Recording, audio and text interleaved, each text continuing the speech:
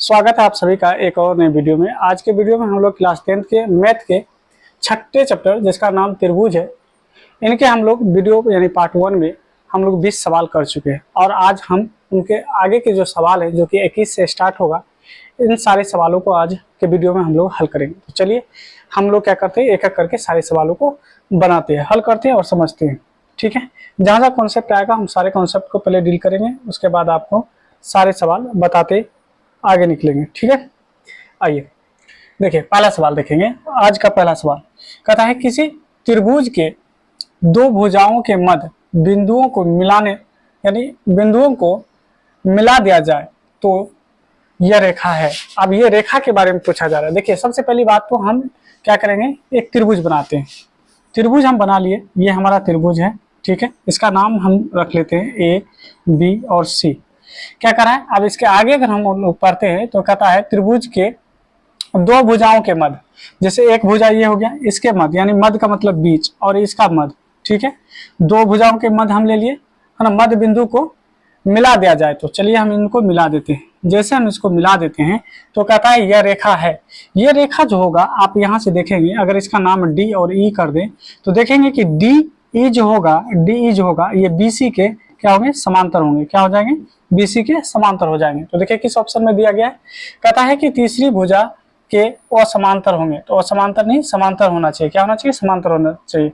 तीसरी भुजा, ठीक है, तीसरी भुजा के समांतर होंगे। तो यानी हमारा ऑप्शन जो है यानी ऑप्शन बी हमारा सही हो जाएगा। देखिए यहाँ पे देखेंगे तो इसमें क्या है, तीसरी भुजा का लमसम द्विभाजक नहीं होता है। ठीक है, लमसम द्विभाजक नहीं होता है और तीसरी भुजा के एक चौथाई भी नहीं होता है। क्या होता है, समांतर होता है। आप यहाँ से देख सकते हैं कि डी जो है बीसी के समांतर होते हैं। तो इस तरह से हम लोग इनके सवालों को निकालते हैं। चलिए बढ़ते हैं अगले सवाल की तरफ।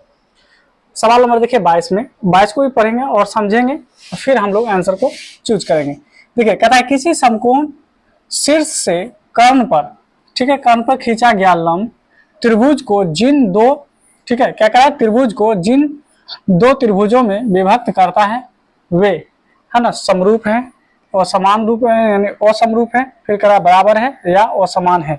तो देखिए सबसे पहली बात तो हम एक समकोण त्रिभुज लेते हैं, क्योंकि यहाँ पे दिया हुआ है समकोण त्रिभुज। तो एक समकोण त्रिभुज ले लेते हैं।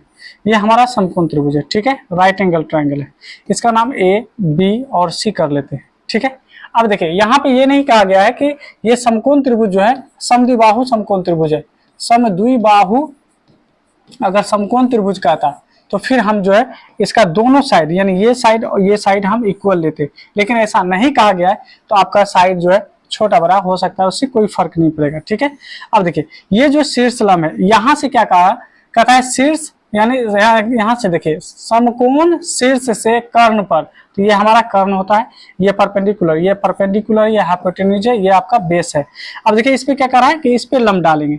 जैसे इस पे लंब डालेंगे तो अब हमारे पास दो त्रिभुज बन गया। इसका नाम हम एबीसी, इसको हम अभी हटाते हैं, एबीसी है, इसको हम डी कर लेते हैं। अब देखिए मेरे पास दो त्रिभुज ए बी डी, एक त्रिभुज ये हो गया। चलिए दूसरा कलर से हम इसको दिखाते हैं, और दूसरा हो गया आपको बी सी और ये आपका डी, ये दो त्रिभुज है। तो दो त्रिभुज आ गया यानी ए बी और डी, ये पहला आ गया ए बी डी और दूसरा आ गया बी सी डी। ये दोनों त्रिभुज जो है आपके ये क्या होंगे, तो ये समरूप कहलाएंगे। दो त्रिभुज समरूप कहलाते हैं कब, जब दोनों का आकार एक जैसा हो। अगर इसका माप भी एक जैसा हो जाता तब वो सर्वांगसम होते। तो यहाँ देखिए आपके ऑप्शन नंबर यानी पहले में ही दिया गया है समरूप, यानी ये दोनों त्रिभुज जो बनेंगे यानी एक ये त्रिभुज एक ये त्रिभुज, ये दोनों आपस में समरूप होंगे क्योंकि दोनों का शकल एक जैसा है। ठीक है, जैसा शकल होगा उस हिसाब से उसको यानी माना जाता है। अगर एक जैसा शकल है तो समरूप है, अगर एक जैसा नहीं होता तो फिर वो समरूप नहीं होता। आइए अगले सवाल की तरफ बढ़ते हैं। कह रहा है दो त्रिभुजों में संगत कोण, ठीक है, बराबर हो, यानी दो त्रिभुज में संगत कोण बराबर हो तो त्रिभुज की, है ना, संगत भुजाएं होगी। देखिए हम यहाँ पे दो त्रिभुज ले रहे हैं। पहला त्रिभुज ले रहे हैं, इसका नाम ए बी और सी है, और दूसरा त्रिभुज हम यहाँ पे ले रहे हैं। ठीक है, कोई एक त्रिभुज ले लेते हैं इस तरह से, एक त्रिभुज ये है। ठीक है, इसका नाम पी क्यू और आर है। ठीक है, इसको भी थोड़ा सा और इस तरह से बनाते हैं ताकि आपको और समझ में आए। ए बी सी ले लेते हैं। ठीक है, अब देखिए क्या करा है कि संगत कोण जो है, इनके संगत कोण बराबर है, यानी ये कोण जो होगा इसके यानी पी के बराबर होगा। ठीक है, ये जो है पी के बराबर है। इसके बाद जो है बी जो है ये बी, ये किसके, क्यू के बराबर है। ठीक है, और आगे कहता है कि ये सी जो है, सी किसके बराबर है, तो आर के बराबर है, ठीक है।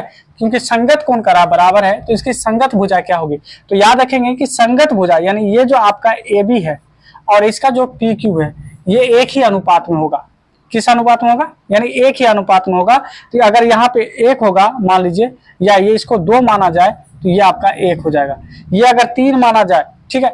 यानी कहने का मतलब एक ही अनुपात में होगा। एक ही अनुपात का कहने का मतलब है कि यहाँ पे जो आपका ए बी होगा, ए बी बटे आपका क्या हो जाएगा, पी क्यू हो जाएगा, ठीक है। क्या होगा, पी क्यू होगा। फिर आगे देखेंगे, है ना, यहाँ पे बी सी जो होगा वो किसके बराबर होगा, बी सी जो होगा, बी सी ये क्यू आर के यानी रेशियो में होगा। और यहाँ पे ए सी जो है, ए सी के बारे में अगर हम बात करें, ए सी जैसे इसका ए सी है तो इसका आपका पी आर हो जाएगा, ठीक है। यानी सेम रेशियो में होगा। देखिए किस में दिया गया है, कहता है कि समानुपाती नहीं होती है, ठीक है। आगे कहता है समानुपाती होती है, आगे कहा है कि समानुपाती हो भी सकती है या नहीं भी, ठीक है। और कहा है सभी उत्तर गलत हो सकते हैं। तो याद रखेंगे कि समान अनुपात में होता है यानी एक ही अनुपात में होता है, तो ऑप्शन नंबर बी आपका सही होगा। जब संगत कोण बराबर होगा तो उसकी संगत भुजा जो होती है एक ही अनुपात में होती है, यानी क्या होती है, समान अनुपात में होती है। ऑप्शन नंबर यानी बी आपका सही होगा। आइए अगले सवाल की तरफ बढ़ते हैं। अगला सवाल देखेंगे, सवाल नंबर 24। देखिए क्या करा है, कहता है कि किसी त्रिभुज की मध्यगत रेखाएं आधार को, देखिए कोई त्रिभुज है, इस त्रिभुज में अगर देखा जाए ये जो बी और सी है ये आपका आधार है। अगर इसको हम आधार मान ले, ठीक है, आधार मान ले, तो इसके मध्य, देखिए मध्यगत यानी जो भुजाएं, ये मध्यगत भुजा अगर इसको खींचा जाए तो ये क्या होगी, तो याद रखेंगे अगर मध्य में है तो इस त्रिभुज में इस साइड को समान अनुपात में काटेगी, यानी बराबर हिस्से में काटेगी। यहां से यहां तक जितना दूरी होगा उतना ही यहां से यहां तक भी दूरी होगा, समझ रहे हैं। यानी कि मध्य का मतलब होता है बीच में। अगर ये पूरा का पूरा मान लीजिए कि 4 सेंटीमीटर होता और इसको अगर इसके बीच में हम खींचे तो ये 2 सेंटीमीटर ये हो जाएगा और 2 सेंटीमीटर ये हो जाएगा, ठीक है। देखिए क्या दिया है, समत्रिभाजित करती है, समद्विभाजित करती है। आगे का है इनमें से, है ना, को यानी क्या है, इनमें से को खो दोनों सत्य है और क्या है, सभी असत्य है। तो याद रखिएगा समद्विभाजित करती है, समद्विभाजित का मतलब बराबर हिस्से में काटती है, सम का मतलब बराबर। तो देखिए 4 सेंटीमीटर है तो बराबर हिस्से में काटेगी, जिसको हम लोग समद्विभाजित कहते हैं। इसका मतलब हमारा ऑप्शन नंबर यानी खो यानी बी सही हो जाएगा, ठीक है। आइए बढ़ते हैं अगले सवाल की तरफ। सवाल नंबर देखते हैं 25। अब देखिए क्या करा है, अब यहाँ पे करा है कि चक्रीय चतुर्भुज, क्या है, चक्रीय चतुर्भुज के चारों कोणों का योग कितना होता है। अगर चक्रीय चतुर्भुज है, क्या है, चक्रीय चतुर्भुज है, तो उनके चारों कोणों का जो यानी योग होता है वो कितना होता है, 360 डिग्री होगा। कितना होगा, 360 डिग्री होगा, ये याद रखेंगे, ठीक है। आइए सवाल नंबर 26 देखते हैं।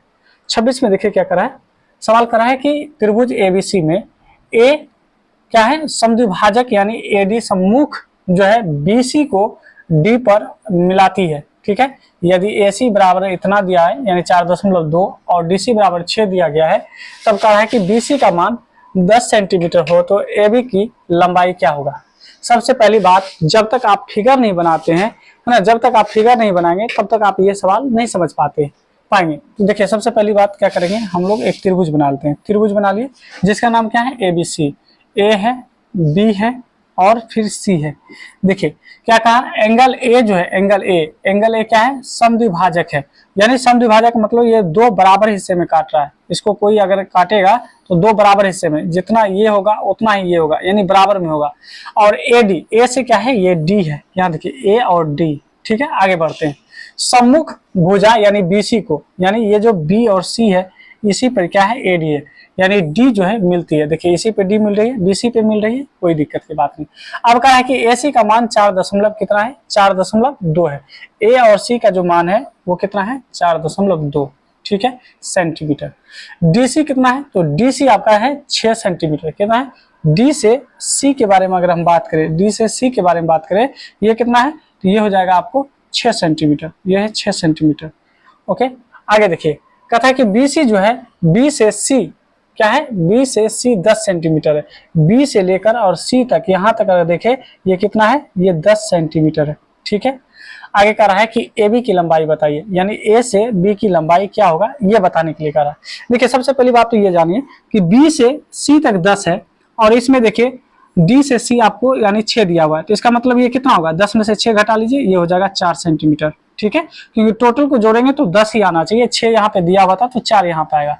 अब देखिए हमसे मांग रहा है क्या, ए बी। इनका देखिए फॉर्मूला क्या होता है, इसको आप ऐसे समझिए कि ए बी बटे में क्या होता है, ए बी बटे में ए सी, ए बी बटे में ए सी, अब बराबर में बी है ना, बी डी बटे में बी डी बटे यानी डी सी हो जाएगा, क्या हो जाएगा, डी सी। ठीक है, अब यहाँ पे हम वैल्यू रखेंगे, क्या करेंगे, यहाँ पे वैल्यू रखेंगे। तो देखिए ए बी का वैल्यू क्या है, ए बी आपसे मांग रहा है, ए बी आपसे मांग रहा है, ठीक है, ए बी मांग रहा है। ए सी का मान क्या है, ए सी का मान है 4.2, ठीक है, 4.2। देखिए बी डी का मान क्या है 4 और डी सी का वैल्यू क्या है 6, ठीक है। क्रॉस मल्टीप्लाई कीजिए, क्रॉस मल्टीप्लाई करेंगे तो क्या आएगा, ठीक है। थोड़ा सा हम यहाँ पे लिख रहे हैं, समझिए इस बात को, यानी ए बी को यानी 6 से गुना करेंगे तो 6 ए बी हो जाएगा, क्या आएगा 6 ए बी। और बराबर में देखिए इस 4.2 को 4 से मल्टीप्लाई करेंगे, 4.2 को कितना से मल्टीप्लाई करेंगे, 4 से मल्टीप्लाई करेंगे, ठीक है। आगे बढ़ते हैं, 6 ए बी, आगे देखिए क्या हो जाएगा, 4 दूना 8 और 4 चौके 16, ठीक है। 6 को आप इस साइड भेजेंगे तो भाग हो जाएगा, तो 6 यानी 16.8 में भाग लगाएंगे किससे, 6 से। अब 6 से भाग लगा दीजिए, जो आएगा आपका ए बी का यानी वैल्यू हो जाएगा। तो अगर हम भाग लगाते हैं तो 6 दूना 12 आता है, ठीक है, बच जाएगा 4, ठीक है, और 6 8 48, तो 2.8 सेंटीमीटर। देखिए 2.8 सेंटीमीटर है, तो ऑप्शन नंबर यानी को में दिया गया है, यानी पहला ही ऑप्शन में दिया है 2.8 सेंटीमीटर। इस तरह से आप निकाल सकते हैं। फिर से समझिए इसमें है क्या कि ए बी बटे में आपको क्या रखना है, ए बी बटे में आपका ए सी, ठीक है, क्या रखेंगे ए सी, और बराबर में क्या बी डी बटे में, ठीक है, बी डी बटे में डी सी। इस बात को आप रखिए और जो जो वैल्यू दिया है बस वैल्यू को पुट कीजिए, जो आएगा आपका आंसर हो जाएगा। यानी इस तरह से हम निकालें तो आपका ऑप्शन नंबर ए सही आंसर आ गया। चलिए आइए सवाल नंबर हम लोग 27 को देखते हैं। सवाल नंबर 27 क्या करा है, एक त्रिभुज है जिसका नाम एबीसी में ए 90 डिग्री है और ए डी बी सी है ना, और बी डी जो है 8 सेंटीमीटर और डी सी जो है 2 सेंटीमीटर। तो कह रहा है ए डी की लंबाई बताइए, ए डी की लंबाई बताइए।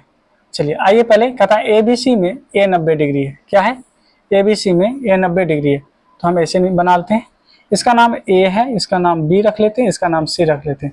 ये आपका 90 डिग्री है, कितना है, ये 90 डिग्री है। आगे देखिए कहता है ए से डी, क्या है ए डी, यानी ए डी बी सी, ठीक है। यहाँ पे कह रहा है ए डी और बी सी, यानी ऐसा हो सकता है कि ए डी से यानी ये आपका बी सी पे यानी ए डी होगा, ठीक है। अब कह रहा है कि बी डी का जो वैल्यू है बी से डी ये कितना है, ये 8 सेंटीमीटर है, ओके। आगे कह रहा है डीसी का जो वैल्यू है, डीसी का वैल्यू आपको 2 सेंटीमीटर, डीसी का वैल्यू कितना है 2 सेंटीमीटर है, कोई दिक्कत की बात नहीं। अब हमसे क्या मांगा जा रहा है कि एडी की लंबाई बताइए, यानी ये इस एडी की लंबाई क्या है, इस एडी की लंबाई हमसे पूछा जा रहा है, ठीक है। आइए इनको हम लोग हल करते हैं। आइए सवालों को हल करते हैं। देखिए यहाँ पे समझना है, देखिए यहाँ पे जो एडी है ना बीसी पे लंब है, परपेंडिकुलर है, क्या है, परपेंडिकुलर है, लंब है, लंब है। तो आप इस तरह से देखेंगे तो मेरे पास 3 त्रिभुज है। पहला त्रिभुज देखिए, यानी यहाँ से देखेंगे ए बी ये सी, एक ये त्रिभुज हुआ। दूसरा देखिए ए डी सी, ये दूसरा हो गया। और तीसरा देखिए ए बी डी, ये तीसरा त्रिभुज है, और ये क्या है, लंब है। तो लंब है, तो चलिए पाइथागोरस का अकॉर्डिंग हम क्या करते हैं समझते हैं। अगर हम ए बी सी लेते हैं, देखिए त्रिभुज ए बी सी लेते हैं, समझना है आपको, समझना है। अगर ए बी सी लेते हैं ये आपका एच परपेंडिकुलर, यानी सॉरी ये हाइपोटेन्यूज हो जाता है, ये परपेंडिकुलर होता है, ये बेस होता। तो हम यहाँ से क्या कर सकते हैं, देखिए यानी बी सी का स्क्वायर, यानी बी सी का स्क्वायर बराबर में ए सी का स्क्वायर और प्लस में ए बी का स्क्वायर, इसका स्क्वायर करेंगे, ठीक है। अब देखिए ए यहाँ से देखेंगे बी से सी तक, ये आपका सी है, बी से सी तक की दूरी कितना है, तो देखिए बी से डी 8 और डी से सी कितना है, तो देखिए 2, तो दोनों को अगर मिलाएंगे तो टोटल आ जाएगा 10। तो यहाँ पे हम 10 का स्क्वायर कर देंगे और ये हो जाएगा ए सी का स्क्वायर प्लस ए बी का स्क्वायर, ठीक है।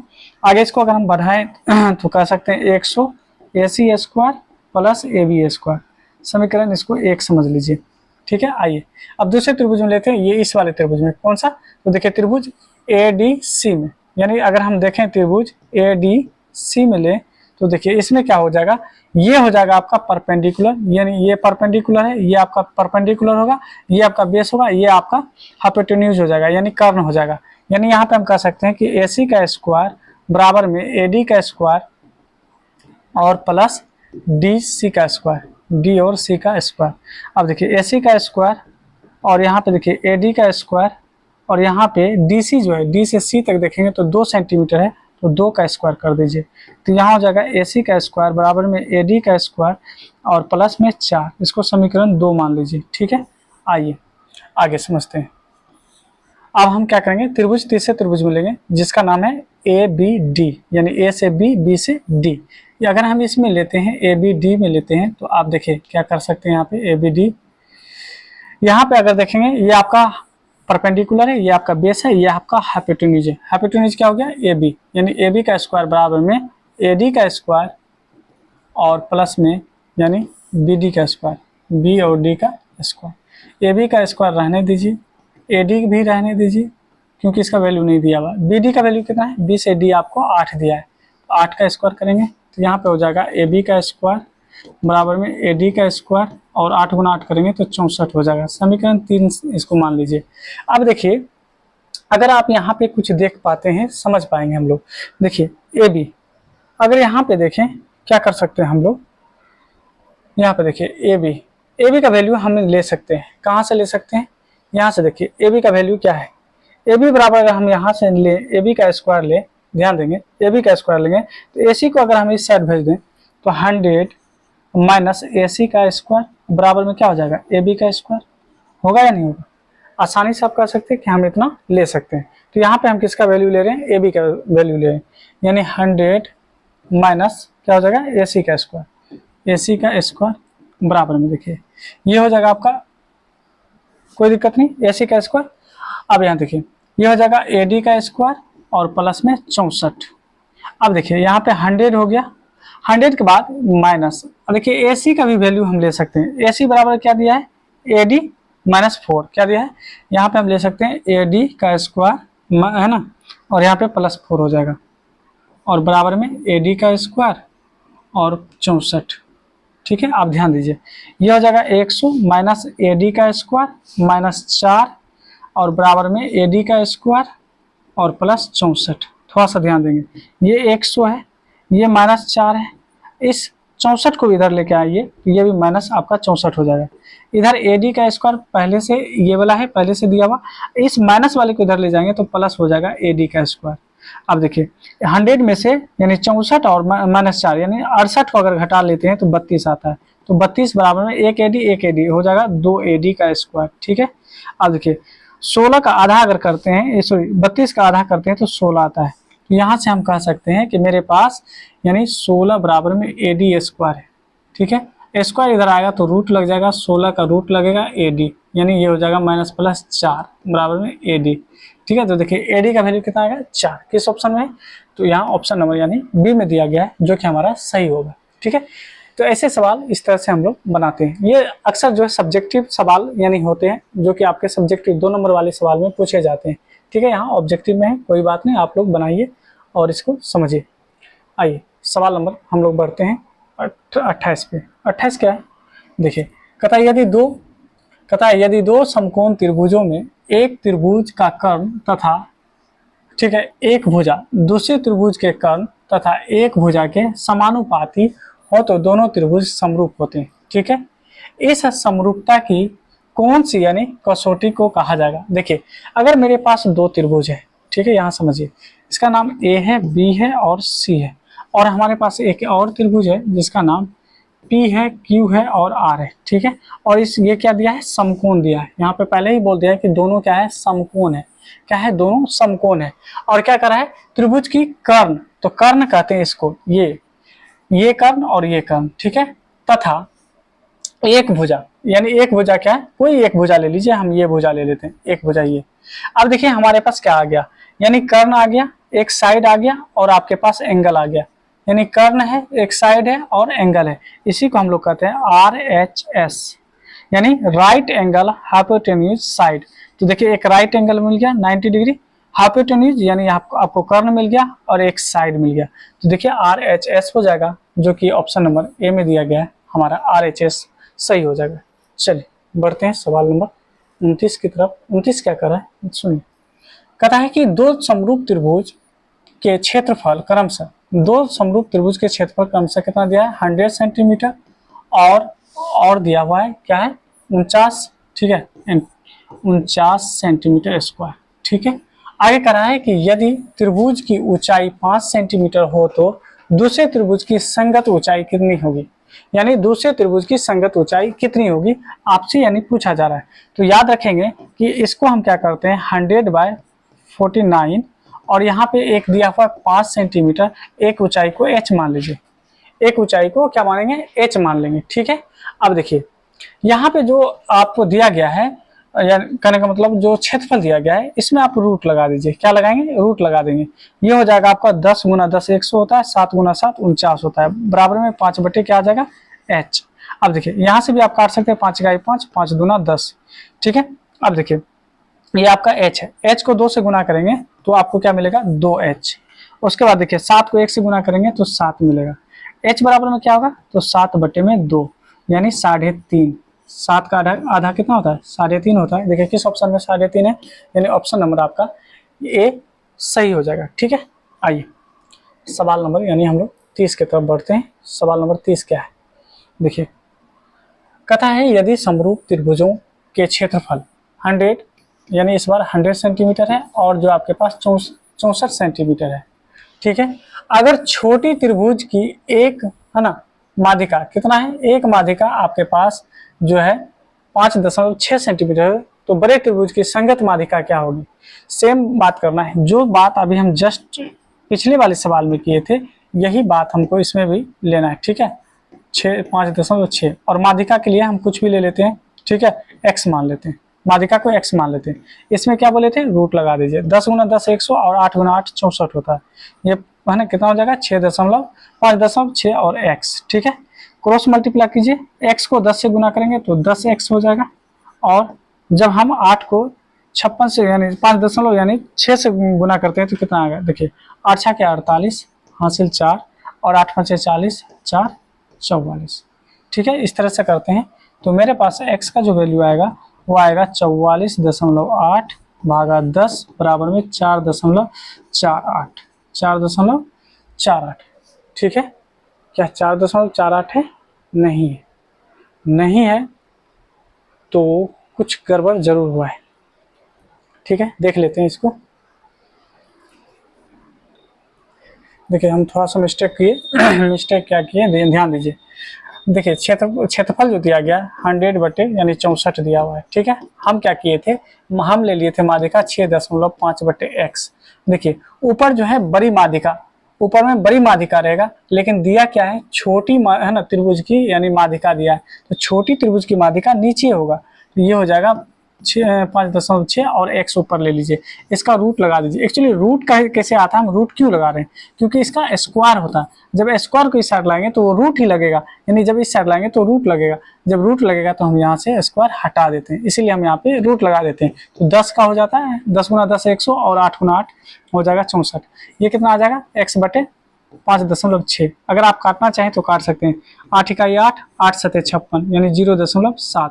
अब देखिए x को 1 से गुना करेंगे तो x ही आएगा, उसके बाद देखिए 0.7 को 10 से गुना कीजिए, 0.7 को 10 से जब गुना करेंगे तो आएगा कितना, आएगा 7 सेंटीमीटर। तो देखिए किस ऑप्शन में 7 सेंटीमीटर है, ऑप्शन नंबर यानी खो। यहाँ पे गलती क्या किए थे कि छोटी माध्यिका को हम ऊपर लिख दिए थे, ऊपर होता है बड़ी माध्यिका, ठीक है, नीचे होता है छोटी माध्यिका। आइए सवाल नंबर 31 देखते हैं। सवाल नंबर 31 देखिए क्या कहता है, कहता है कि दो समरूप त्रिभुजों के क्षेत्रफल यानी इस बार 81 दिया है और 49 दिया है, ठीक है। आगे देखिए क्या कहता है कि यदि पहले त्रिभुज की यानी पहले त्रिभुज की ऊंचाई जो है 6.3 सेंटीमीटर है तो दूसरे त्रिभुज की ऊंचाई क्या होगा ये मांगा जा रहा है, ठीक है। कुछ नहीं करना है, बस इसमें आप रूट लगा दीजिए, रूट लगाएंगे 9 × 9 81 और 7 × 7 यानी 49 होता है और ये हो जाएगा 7 दशमलव यानी 6 है ना 6.3 बटे h। अब देखिए 7 है ना 9 × 7 = 63 होता है तो 0.7, ठीक है। अब देखिए यहाँ पे एक को h से गुना कीजिए तो h होगा 7 × 0.7 करेंगे तो कितना हो जाएगा 7 × 7 = 49 होता है, कितना होता है 7 × 7 = 49, 7 दशमलव यानी 4.9 सेंटीमीटर। देखिए कहाँ पे ऑप्शन नंबर यानी सी आपका सही हो जाएगा, यानी 4.9 सेंटीमीटर, ठीक है। चलिए बढ़ते हैं अगले सवाल की तरफ। बहुत ही आसान सवाल है, ऐसे सवाल को हम इसी तरीके से हल करेंगे। ठीक है, आइए अगला सवाल।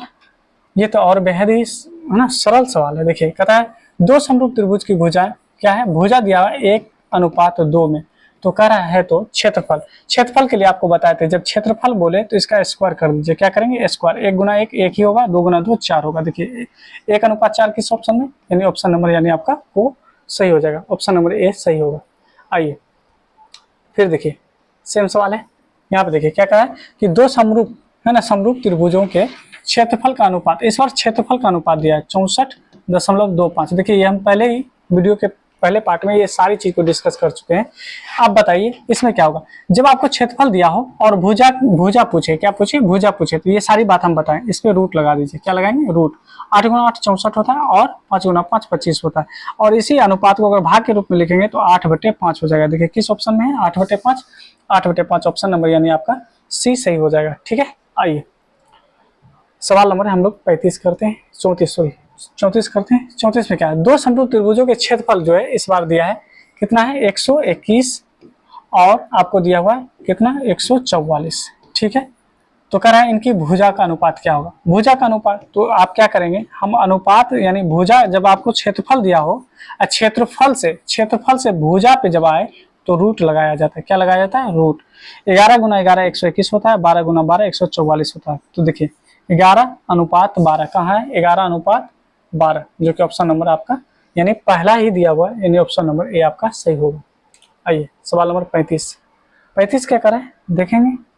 कहता है कि दो समरूप त्रिभुजों के क्षेत्रफल का अनुपात होता है ना। तो आप देखिए क्या कहता है, कहता है उनके माध्यिकाओं के वर्गों के अनुपात, उनके शीर्ष लंबों के वर्गों का अनुपात, उनके है ना कोणों के है ना यानी अर्धकों के वर्गों के अनुपात। यह उत्तर में कहता है ना सभी ठीक है। तो इसमें सभी का सभी सही है, क्योंकि ये जितनी भी बात दी गई है सब के सब सत्य बात है। तो ऑप्शन नंबर आपका डी यानी सही होगा। आइए सवाल नंबर 36 में। 36 क्या कर रहा है कि समरूप त्रिभुजों के क्षेत्रफलों का अनुपात उनके भुजाओं के क्या होता है, तो उनके भुजाओं के है ना क्या होता है, वर्ग के अनुपाती होता है। क्या होता है, वर्ग के अनुपाती होता है। क्या होता है, वर्ग के अनुपाती। हम आपको बताए थे वर्ग लगा देते थे हम लोग, क्या करते थे, रूट लगा देते थे। ठीक है, याद रखेंगे। यहाँ पे ऑप्शन नंबर यानी आपका वो सही हो जाएगा। ठीक है, आइए सवाल नंबर यानी हम लोग 37 को देखेंगे। ठीक है, 37 को देखेंगे। 37 में क्या कर रहा है कि दो समरूप त्रिभुजों के क्षेत्रफल जो है कितना कितना दिया है, तो यहाँ देखिए 9 वर्ग सेंटीमीटर और 9 और क्या दिया है, 16 दिया है। तो इसके संगत भुजा का अनुपात देखिए, क्षेत्रफल दिया हुआ है तब हमसे भुजा मांगेगा तो रूट लगा देंगे। 3 × 9 4 × 16, 3 अनुपात यानी 4। देखिए ऑप्शन नंबर सी आपका सही होगा। बेहद ही आसान सवाल, ऐसे सवाल आपके एग्जाम में माना बार बार पूछे जाते हैं। आइए त्रिभुज दिया हुआ है एबीसी त्रिभुज में, कह रहा है डी और ई क्रमशः जो है ए बी और ए सी के मध्य बिंदु है, तो है ना कहता है ए डी ई और बी सी ई का क्षेत्रफल का अनुपात क्या होगा। आइए यानी कहने का मतलब क्या है, यहाँ पे ध्यान देना आपको। यहाँ पे एक त्रिभुज है ए बी सी, आइए ए बी सी रखते हैं। उसके बाद कह रहा है यहाँ पे कि डी और ई जो है ए बी, यानी ये जो ए बी देख रहे हैं ए बी और ए सी के मध्य, मध्य का मतलब होता है बीच वाला, एकदम बिल्कुल बराबर, यानी बीच का मतलब क्या होता है, बिल्कुल बराबर। ठीक है, अगर मान लीजिए यहाँ पे अगर ये आपका क्या होगा, ध्यान दीजिएगा, अगर ये टोटल आपका 2 सेंटीमीटर होता तो एक ये होगा एक ये होगा।